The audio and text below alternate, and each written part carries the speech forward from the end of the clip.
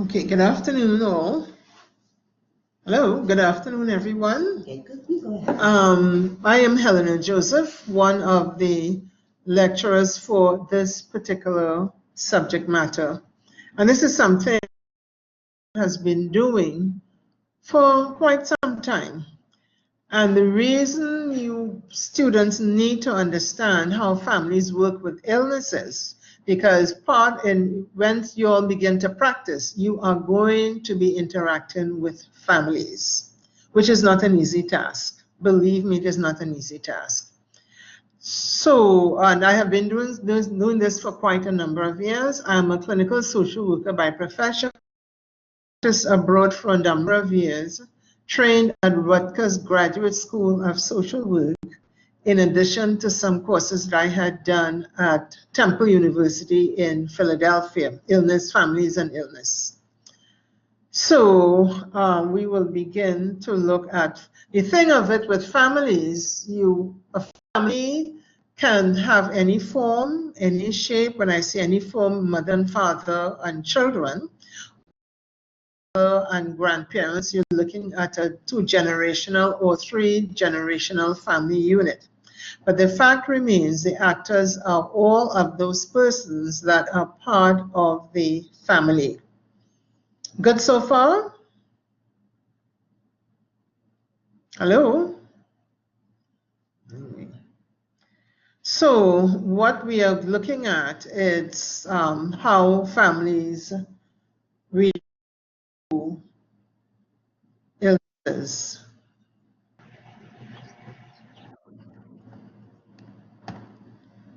Wait a second. How to make it go up and down? I'm clicking. Oh, I clicked there. Just stop it. Oh, okay. So we are looking at Susan Sontag, is a medical sociologist who looked at what illness does. Unsoundness that illness causes is not just a state of body, as to be sick is already to be disordered in your mind as well. And what this is saying essentially, how we behave when we are unwell, not only in relation to not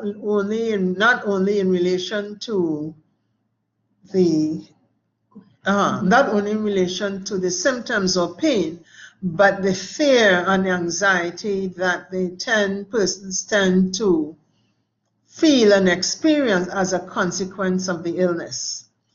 As a physician, you would be coming from a treatment perspective, but you need to understand that persons who are unwell, they are not patients. They are persons who happen to be unwell, and but because they are in a hospital, they are called patients.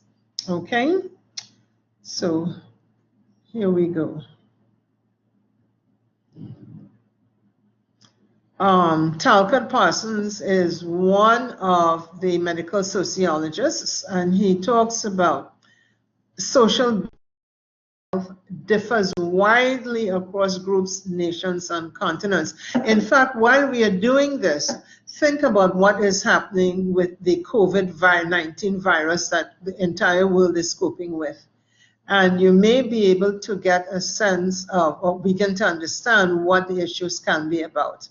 So he continues to say, yet no matter how rich or plural the possible diversity is shared in culture is, what creates the behavior is what the sociologists are saying. Right? So to facilitate a more holistic approach to healthcare, there is a need to understand the impact of illness and disease, not only on the individual, but as it relates to other social systems. Meaning, persons that you live with, it would be your children, your wife, or whatever the quality, whatever the relationship you have to the person who happens to be ill, and you can probably be the caregiver. But we also need to understand that an individual, meaning a patient, does not exist in isolation. When an individual falls ill, all the systems with which the individual comes will be affected as well. Meaning that if the head of the household becomes unwell, it means it is going to affect the children. If the person is unable to go to work, that also affects the individual. It can affect the family income. Right? So what we are looking here at the last instances, illness and disease also interferes with others and the communities with which the individual interacts, because you're not living by yourself. Okay. Now Strauss and Glasser, they are also medical sociologists who did a lot of work and continues to do so, looking at how the illness and how it impacts on the individual or family. The first one is the nature of the illness is such that the required adaptations are lifelong and changing. So let us look at diabetes. There is no cure for diabetes. So it means that the person and family members are required to work with the diagnosis and the changes that are required by this person, the individual, and family to making changes. First, some of you may have relatives who are diabetes or have diabetes, and it is difficult for them to work with the diet. That is one of the difficult issues that they are managing with. The other one is onset of some illnesses can initially require minor adaptations of customary eating habits and diabetes. It means that if you are used to eating in a particular kind of way, a particular diet and things that you love to eat, it means that depending on the diagnosis, the adaptations may be minor. However, if it is a serious illness, it means that the eating patterns must undergo a drastic change.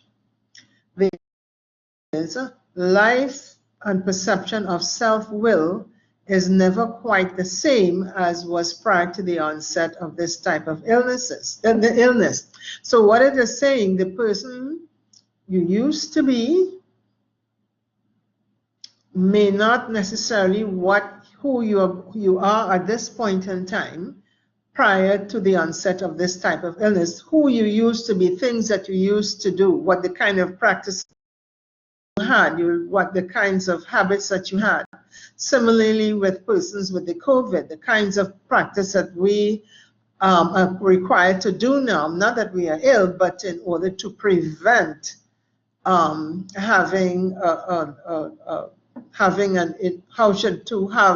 acquire this this COVID. And then the change in lifestyle triggered by the illness may be more drastic. Term prognosis can at times be inevitably poor. It also means the kind of diagnosis that the person has. Right? So if we're going back to diabetes, it means that the long-term prognosis can at times be inevitably poor, meaning that if you're with the diabetes or the hypertension you may have, you can go on to have other kinds of related issues as far as the diagnosis is concerned. And so we continue now with illness with a gradual onset of a long-term duration that requires changes in lifestyles and adaptive processes to the role of being sick. But let us look at COVID, the COVID-19. What getting from the scientists, it says some persons may not feel too unwell. So there might be a mild attack of this condition, and so they don't have to seek medical attention. But if it is that it is slow onset with a poor long-term prognosis requiring a marked alteration in lifestyle, you're in trouble. At sudden onset with predictable long-range functioning at an adequate level, some of them persons may be able to return home and be able to pick up from their day-to-day functioning with their families. And the last one we have to look at, sudden onset with predictable, rapid negative outcome. And we get a sense of what this is about.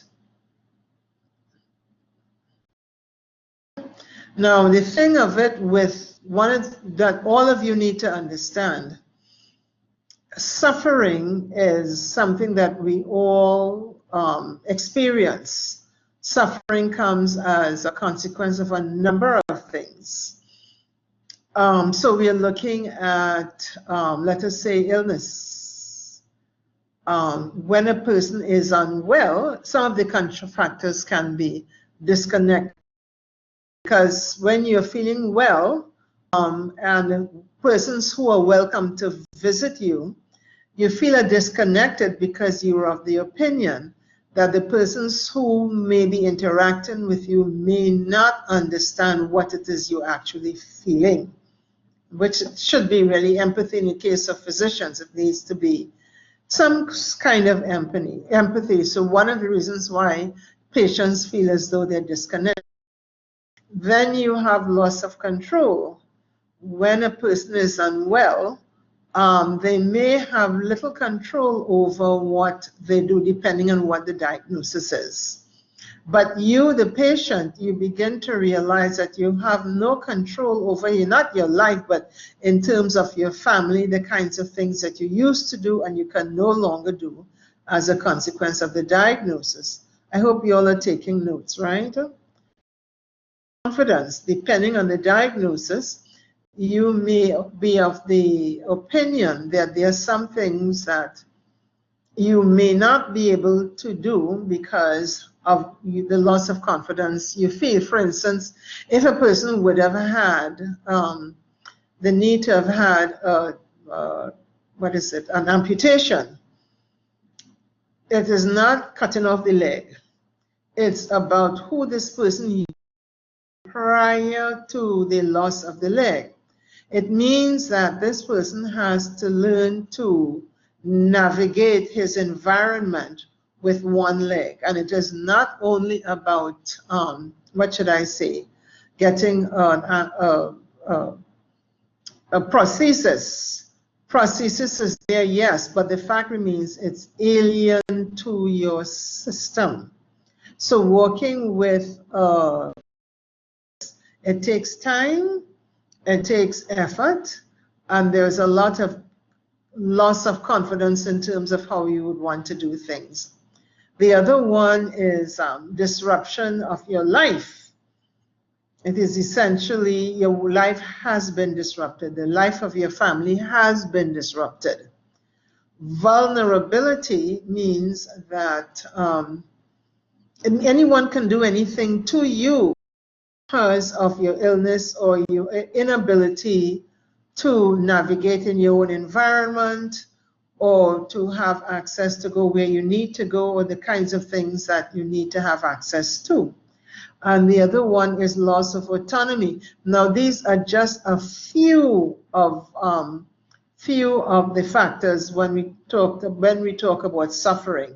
If you have lost your hearing, if depending on the kind of diagnosis that a person may have, depends on how the person feels disconnected, how much loss of control that you have, how much confidence do you have, if you have any at all at this time, and the disruptions that you would be experiencing, and we're going back to COVID, meaning that your life has been disrupted, you cannot go to work. Say your relationship, meeting with family members, that is a no-no because of how one contracts the virus. Vulnerability, the information that you've been hearing on television and in news, how vulnerable a person can feel as a consequence of the diagnosis and loss of autonomy. Any questions so far? Are there any questions so far? All right. Okay. Now, because of the diagnosis, families face several challenges. Obviously, the dynamics of the family will shift and change because of the illness, because of things that the person cannot no longer do, and the things that the family members would have a person who is unwell. And we're looking at families. Now, family relationships are not always nice and warm and cozy and supportive as we think they ought to be. All families have challenges. All families have issues. And in order, when a family has some of these issues, and most families do, it means that there are changes in the family's position. The head of the household that is very ill, changes in position, meaning if he's the father, a wage earner, it means that he may not be the wage earner at this particular point in time. So one of his position as head of household is somewhat challenged. Then you have changes in roles. For instance, some mother who diagnosed with something that is devastating, the things that she used to be able to do in and for the family, she may no longer be able to do as she used to be able to. Same as changes in tasks, the things that she used to be able to do and cannot do. And that's difficult for her. It is difficult for the families because this is what she used to do, and for them to adjust to these changes that she is presenting with as a consequence of the diagnosis, right? What is she to do? Changes in responsibilities, the responsibilities that she used to have, or any family member.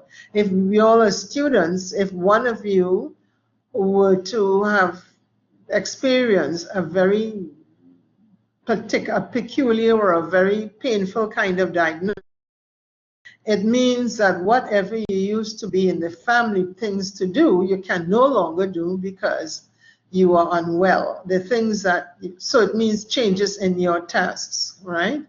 Changes in cultural norms and values and practices, meaning that the family really has to change the entire way it used to function in terms of values and norms and whatever families did as a unit.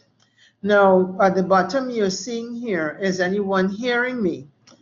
Because a person is presenting through suffering, let us say through suffering, you're not too sure whether the person, let us say you, the physician, do you understand what this person is saying? Is anyone here? Because of the language and the responses that you, the student, or you, the physician, may respond to the person who is unwell, because they are presenting in a particular kind of way, and they're not too sure whether you are hearing or whether you care to hear. Is anyone listening? More or less the same thing. So these are the tasks and responsibilities of a person who is family.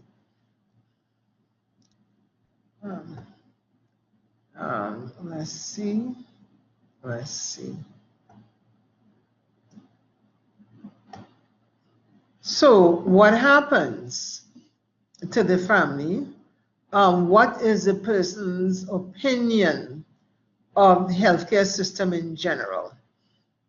You hear all sorts of things, you read all sorts of things in the newspaper, stories, anecdotes from persons that you know who have been hospitalized for a particular thing. And so they would have an opinion of the healthcare in general. And they're going by the experiences that they would have had.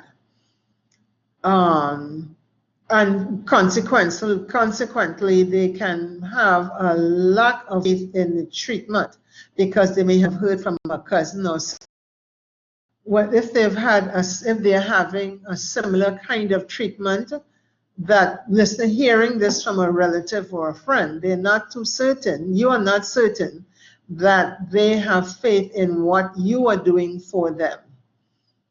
Now, denial of a diagnosed condition is not unusual because you are saying to this person, this is what you have, but the person may have difficulty and understanding what this whole situation is about. So denial is quite a very normal kind of response.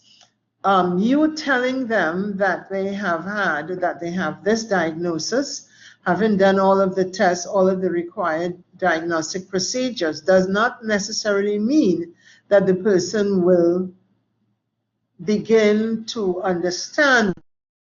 So there would be some measure of denial. Some persons may have alternative health beliefs, which is not unusual. All societies, you have persons practicing or having alternative health beliefs. So it means, yes, you are saying this is what you have, but on the other hand, the person may have had a relative or friend who have health beliefs. That's why you see all these advertisements on television in terms of healthcare, come and have this done and you'll be fine, etc. So it is less challenging and less painful for the person. So the person may choose to do that because of cultural influences. Okay.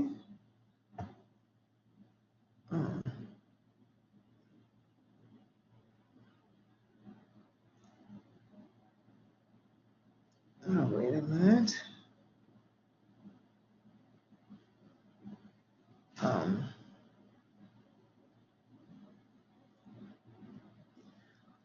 Non-compliance behaviors, which is something that all persons who work in the healthcare system, once a person has been ill and is being managed, you have to have some sort of prescription medications that must be taken. Now, because the person may not be comfortable or has not been ill, that unwell, and having to have prescriptions refilled. So once they've taken whatever the prescription has said you ought to have had, it is difficult for them sometimes to get the prescription filled initially. And once they have done that, they may or may not begin to feel, or they may begin to think that they're feeling better. So they may not necessarily refill pharmaceutical prescriptions then appropriately when they think they have time, or maybe whatever the dynamics of the family would be, the person who probably to get the prescription refilled. So it means that if that is not filled in a timely fashion, whatever you would have prescribed for this individual may not necessarily work the way it should work because of some of these barriers to, non-compliance behaviors. Then omitting of doses. It means that persons may choose either by habit or because of the behavior of not feeling comfortable with it, with the whole taking of medication process, would begin to omit doses. Erratic use, whenever they remember, they will do that. Overdosing is not necessarily an overdosing as a sort of a suicidal ideation. What overdosing can be is a perception of what the medication can do. So it means if it is that I have to take this medication 3 times a day, I might probably decide to take it 4 times a day. So it means at whatever healing process I think I'm supposed to feel, if I take it 4 times a day, it means it would help with the feeling process. And this is some prematurely discontinued medication, and which is some of us quite, how should I say, well, this is what some of us do, including myself. If I'm feeling better, I choose to continue to take the medication. And this is what it ought not to be. Or also taking dose at the wrong time. And this one, it really kind of is for families, but it all depends on if you are a taxi driver. You may not necessarily have or remember to take your medication on time because of what you do, depending if you're a police person, if you're a nurse, depending on what you do, what your daily activities would be about. If it means that you're more than likely to take the dose at the wrong time.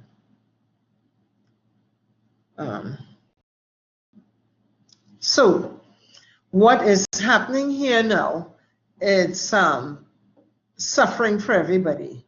What develops are obstacles to functioning when domains of living are compromised by illness, meaning how we live on a daily basis. Impaired family integrity, meaning how the family used to function. It cannot continue as it did prior to the illness. It means the family's integrity would be impaired to a certain degree. Poor mental health, meaning that there's some degree of depression.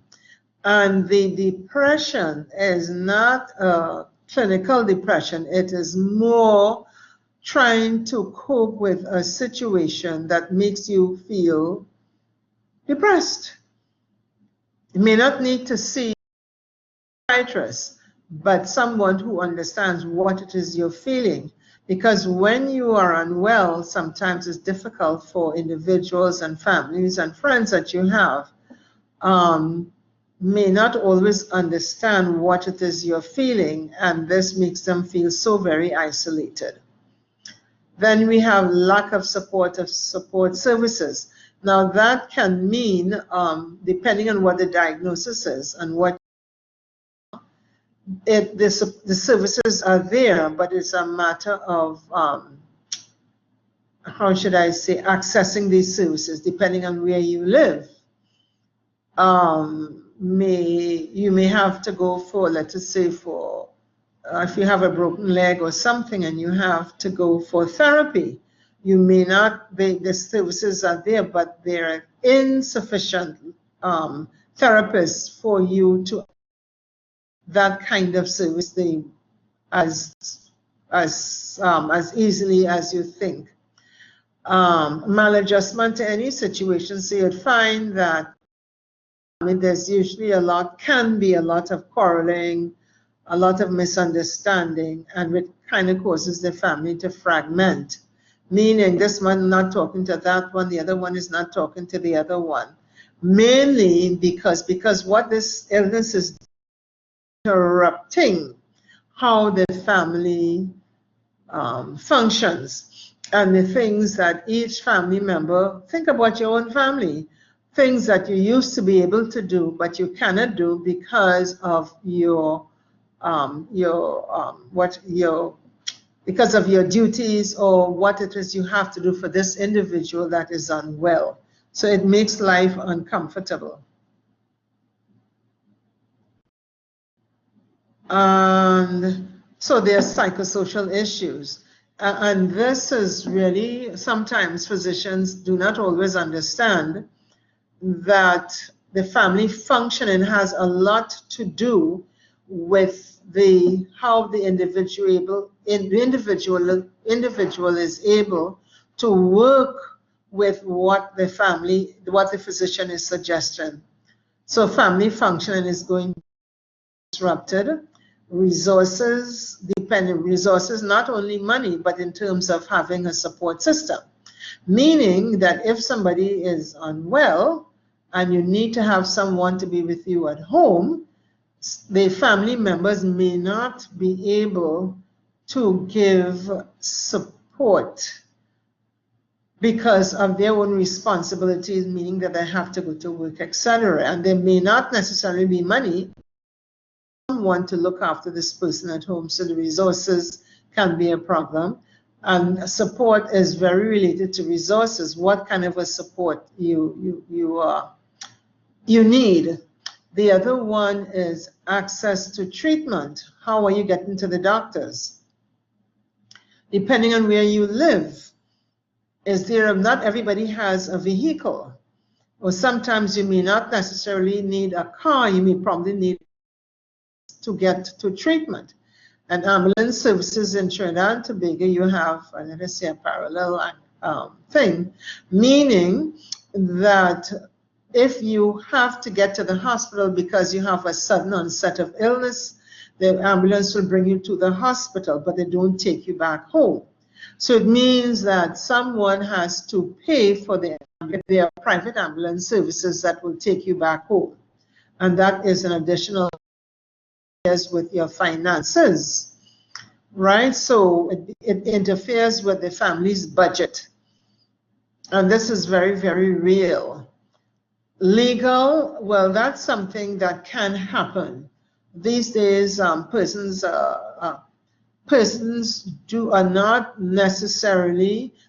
listen to what you're saying. They try to work with what you are prescribing, how they're being managed.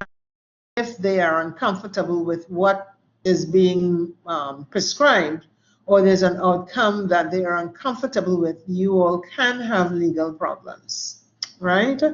Scarcity of blood donors where this applies. And this happens because from a cultural standpoint of view, you would find that not all citizens are comfortable with giving up blood. So you'll find that there'll be also excuses for not giving blood, and some persons cannot give blood because of their own medical conditions. Right? And so what we are talking about now, the family and the individual who is unwell has to deal with pain and disease, which is not an easy thing. Preparing for the future. How can a person prepare for the future? Have a diagnosis, let us say, that may end in death. What kind of a preparing for the future is that? Preserving relationship with family and significant others. How is that done? One of the reasons why there are clinical social workers working with families, because the relationships get fragmented. Relationships are not what they used to be. So you would find there's usually a lot of bickering among family members and with persons with whom you have pretty close relationship. And then preserving self-image, right? We are used to looking a particular kind of way, and when you're unwell, you're not looking your very best, and you're usually very aware of how you used to look in relation to, compared to what you look like now as a consequence of the diagnosis. Preserving emotional balance. How does one maintain an emotional balance? There is going to be anger, there is going to be depression, there is going to be also a range of feelings that may not, as a treating physician, feel too comfortable, but patients are entitled to present what they feel at that particular point in time. Dealing with doctors and nurses and supportive staff, if the patient is of the opinion that the staff is not supportive, staff is not listening, you tell the physician one thing and he or she responds to something entirely different. Knows you're ill, but that's stupid. So it means that if you provide an answer that does not sound as though you have not been listening to what the person is saying.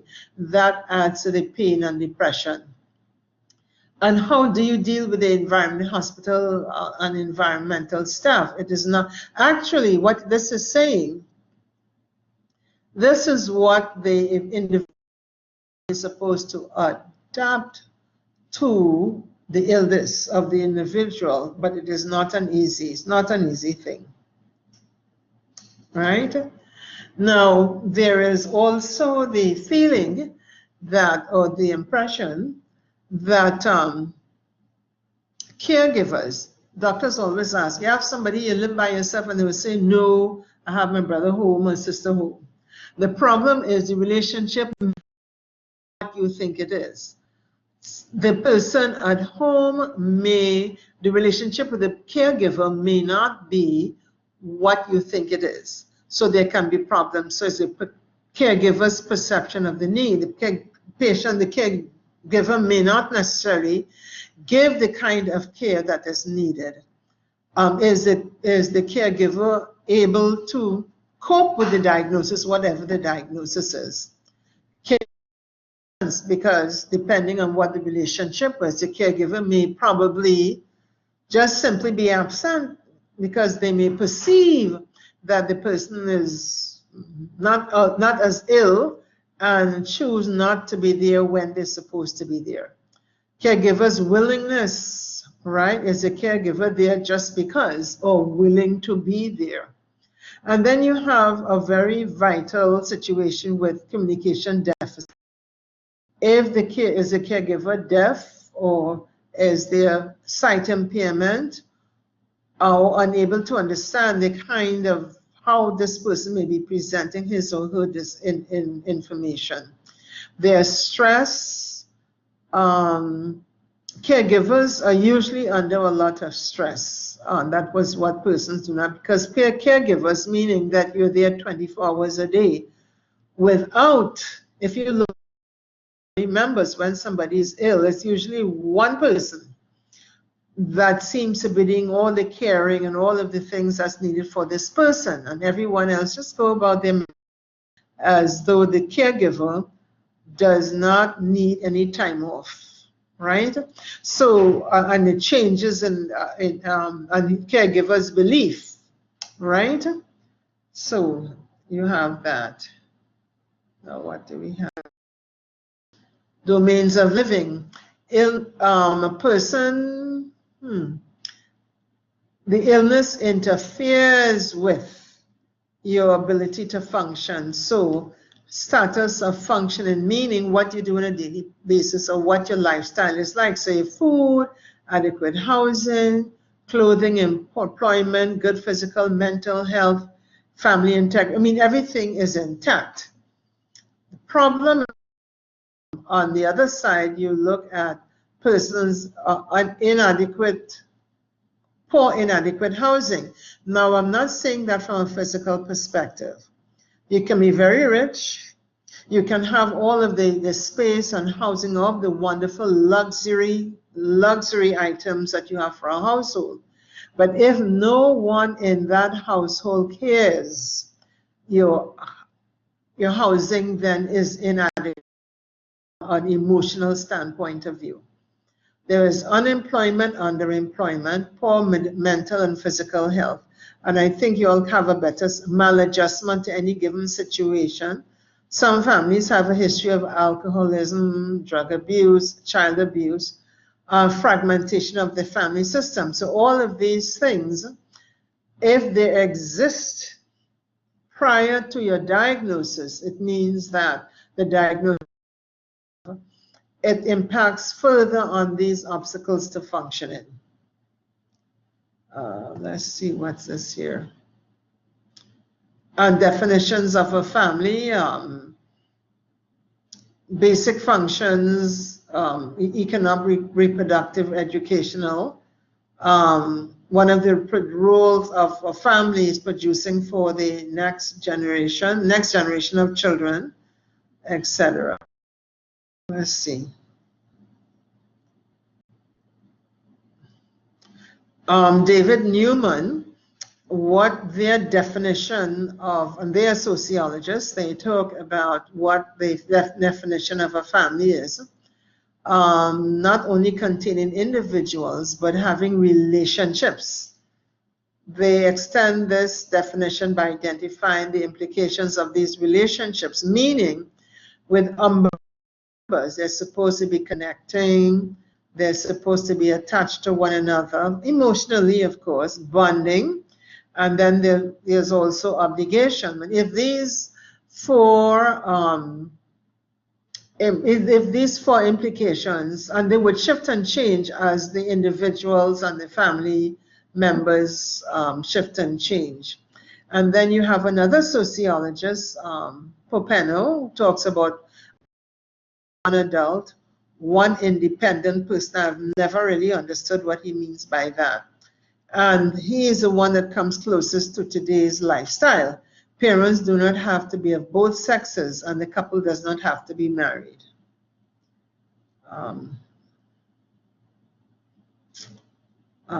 Functions of the family: procreation, sexual regulation, economic cooperation, provision of care, affection, that.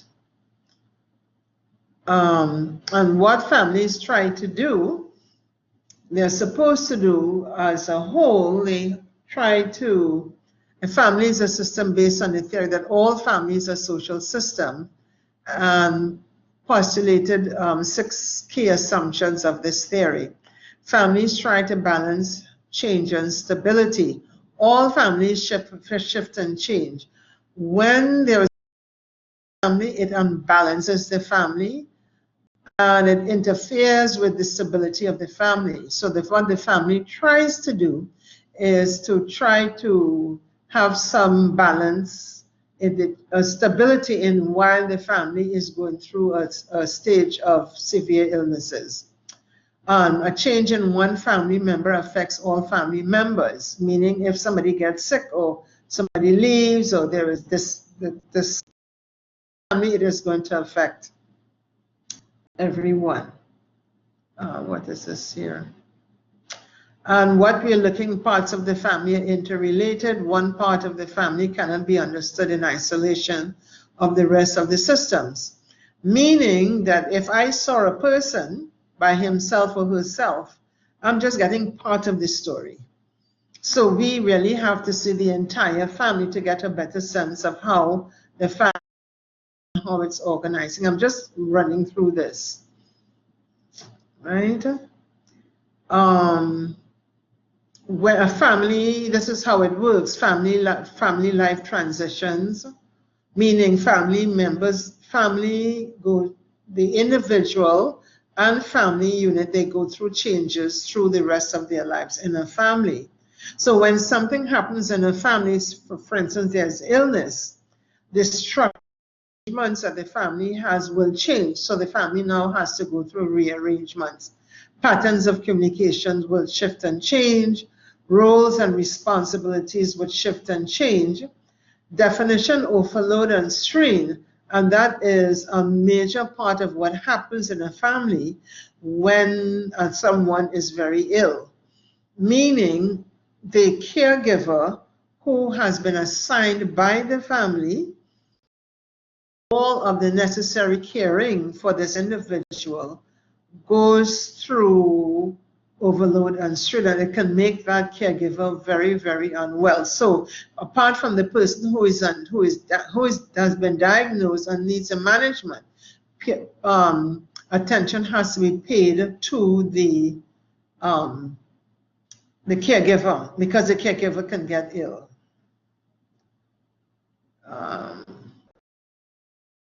Okay, so we just kinds families in the Caribbean household composition.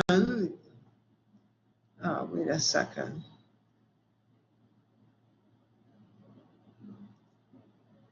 Families, right? Okay, wait a minute. So, working definitions of a family: legally married, common law, and common law in families has been recognized from a legislative perspective. Single mother, we have this, we are aware of single mothers and single fathers, and where the person has never had any children, never lived, so this person has this working definition. A person can be a widow, common law, meaning that when person tells you, no, doctor, I'm a widow, you know you have a better sense of what this person is saying. Wait a minute, let me go back here. Yeah. Let's see. That is okay. The family structure. Some you may ask the family, the person, who do you live with? I live with my family. Now, most time, oftentimes, household. So who resides in the home, or who resides next door, or who resides elsewhere, or out of Trinidad and Tobago? Oh, okay. Yeah, let's see. Right. Not that. Okay. Sure.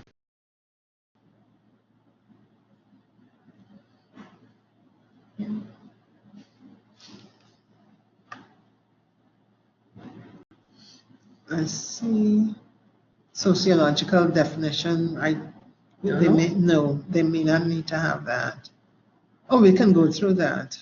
Sociological. Where do we have that? Here? No, that's the three facets. Okay. Well, I'll do this. Okay, yeah. So what we have here, what you're seeing is the individual life cycle, which is on your left, and then you have the family life cycle.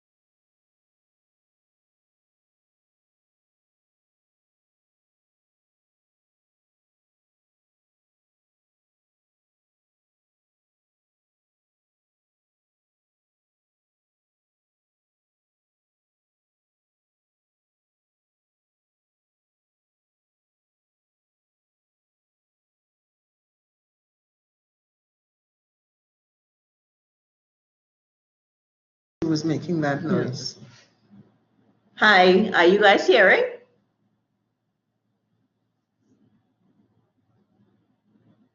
Are you hearing? Hi, yes, we're hearing. Okay. All right. I thought all of you had hearing impairments because I'm not getting any response. It says, so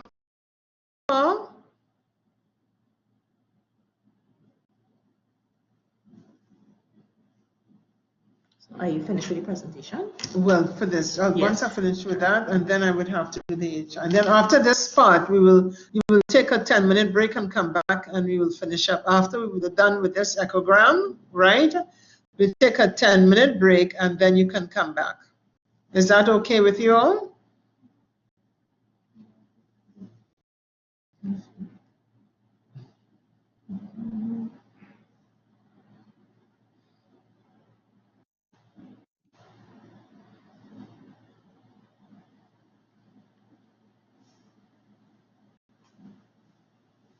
They wasn't hearing you for a bit, so you may just have to go for this. Oh, okay, this one. Yeah, just all right. Oh, okay.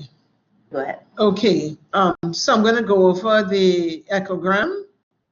This is a map of a woman who was involved in a car accident in Grenada.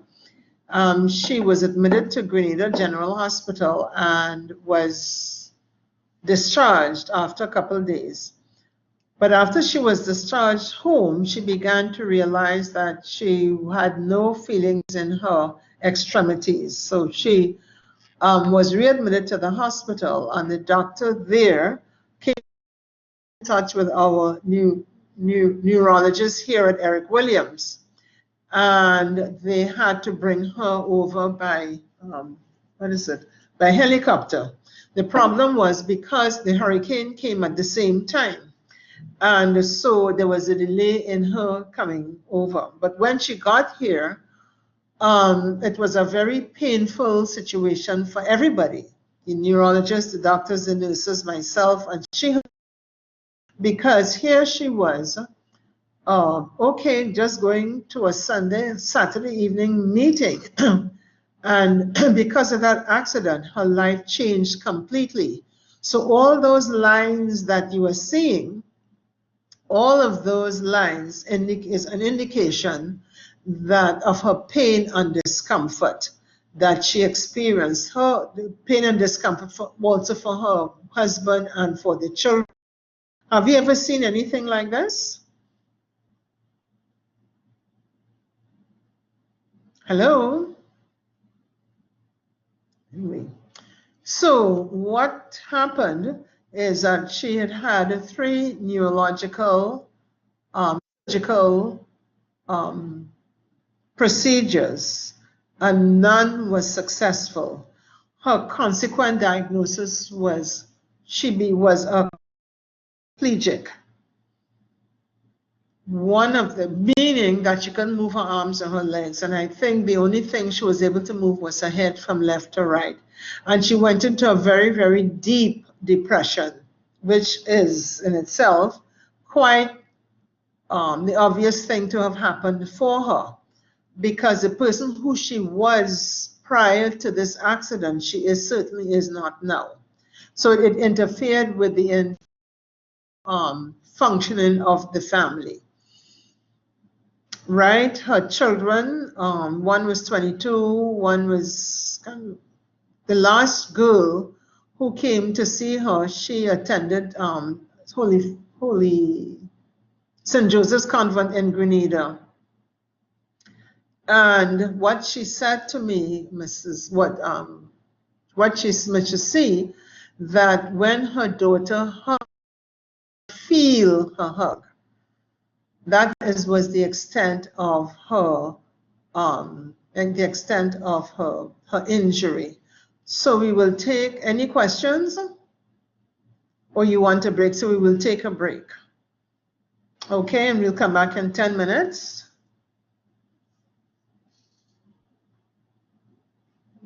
Yeah, yeah. So then the other part will just take maybe 10, 15 minutes or something. No, but no, leave this here. Leave one for them too. Because what I was hoping to use the whiteboard and they would have been able to see it. Oh, no, Oh, that can't happen. no. If Okay. you want to, you can, let me see if we can.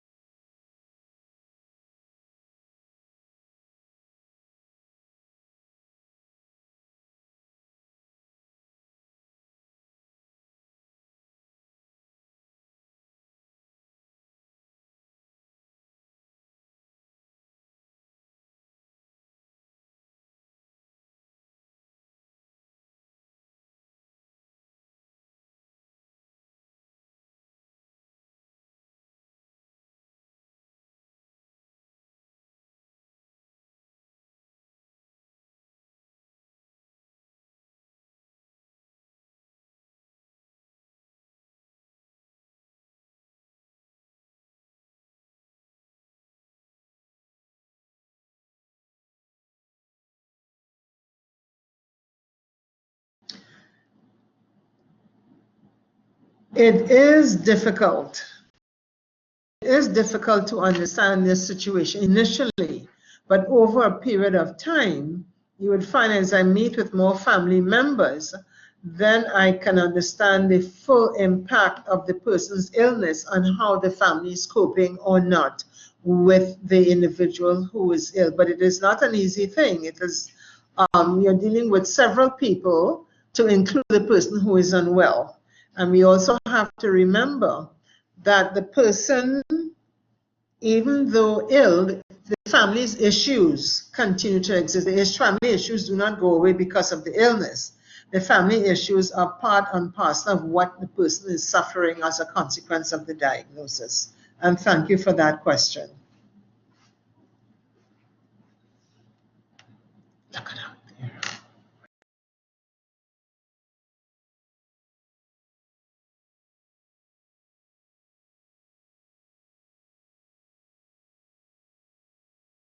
Business is one of the things that you will feel.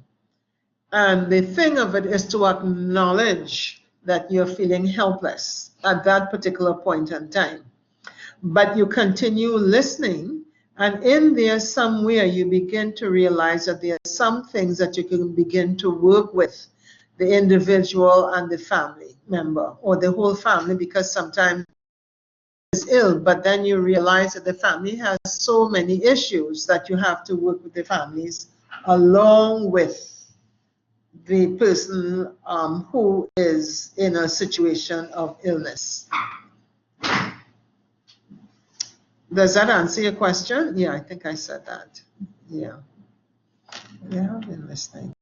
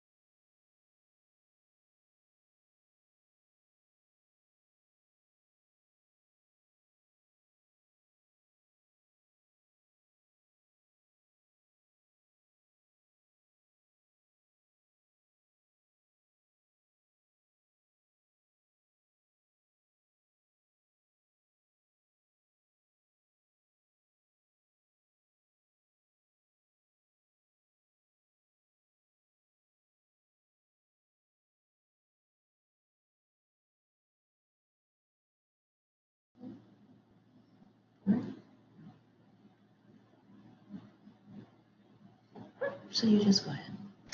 Okay, so we are going to look at living with HIV. I call it living with HIV. Please. Oh. Yes. Go. Okay. It really is about confidentiality, disclosure, and all of that.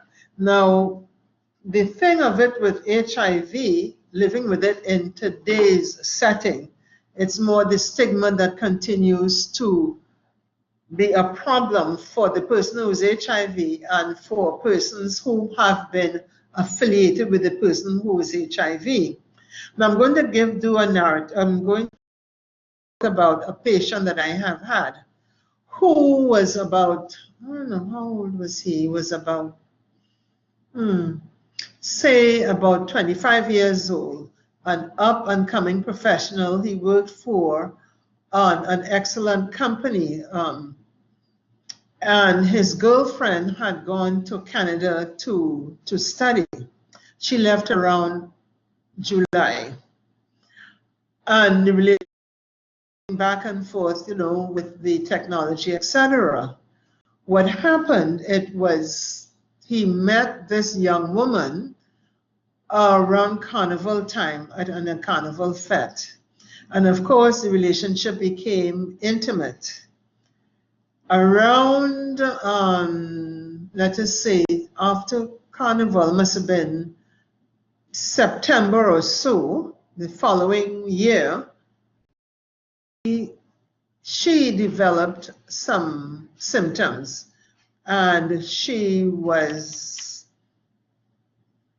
and she was brought to the priority care at Eric Williams Medical Sciences Complex. Because of a presenting problem, it was felt that she had had a renal failure because of what she was presenting.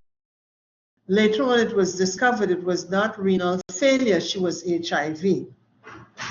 Now, he was also tested, and he tested negative.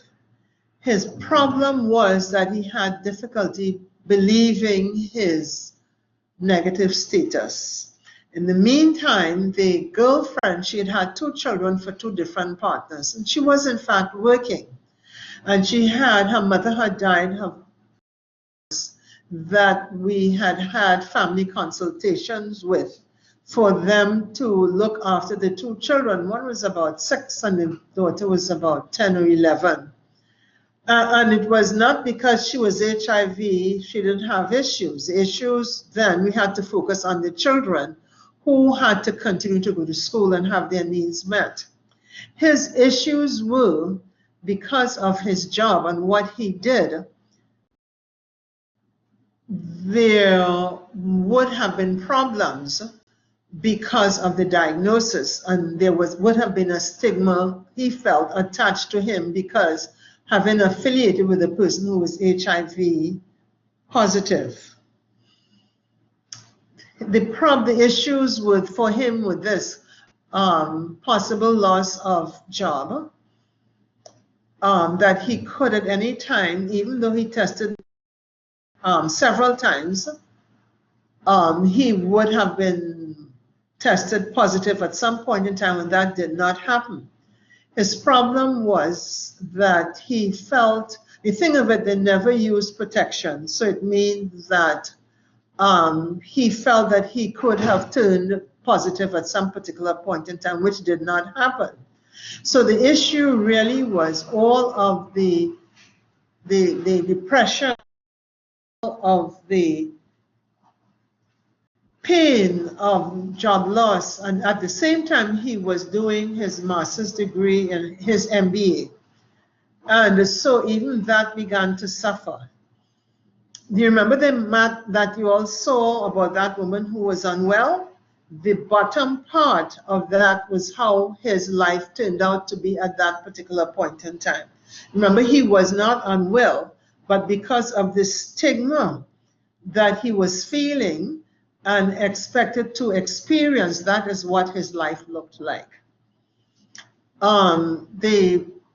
His girlfriend, she eventually, let me see, but she also she had to have dual management, one for HIV and the other one for dialysis. So it meant that he was dealing with two things, the HIV and the renal failure in terms of dialysis. So and that was really a lot for him. My role and function then was for him to see a psychiatrist because of how he presented. And also he had also expressed some religious beliefs. So I had him to see a priest to preach to him to say he did a terrible thing, but to understand his spiritual needs, particularly at that particular point in time. And so that particular period for him, he suffered all of that for a period of about a year or more. But as remember, I mentioned that he was also doing his course. Hello?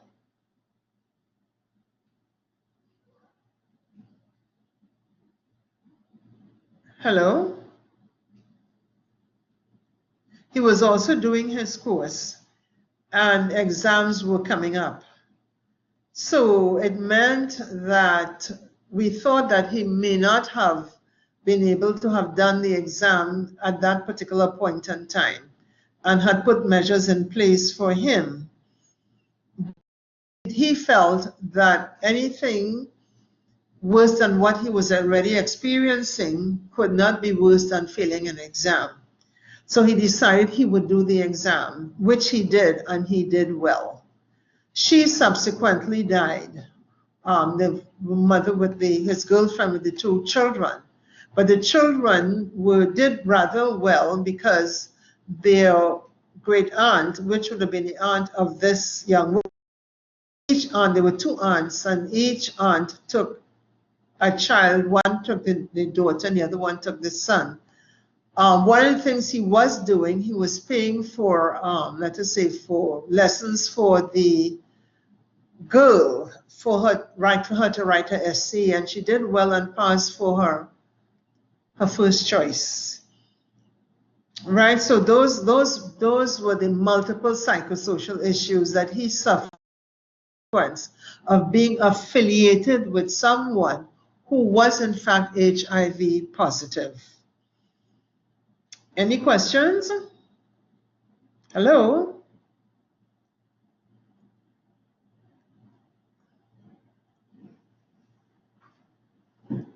Karen?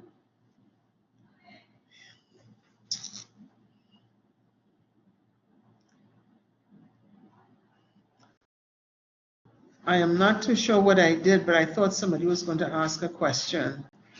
No. No, nobody was going to ask a question. Okay. So, Go ahead. Yeah. So any questions for this? But this is a very real story. His main issue really was he lost confidence in himself and mistrust in relationships. So that takes care of the HIV. You all have understood this? Any questions? Any questions so far? There's something moving up and down like that. No, that doesn't. No. Say something. Attendees. Okay, so if there are any other questions, remember what we discussed, how patients feel when they are ill, and what your role and function is really to attend. When I say attend, to listen, pay attention to what patients are feeling.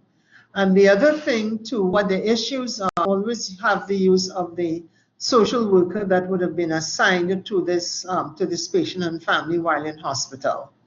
So I hope you all have a good evening, and thank you for listening.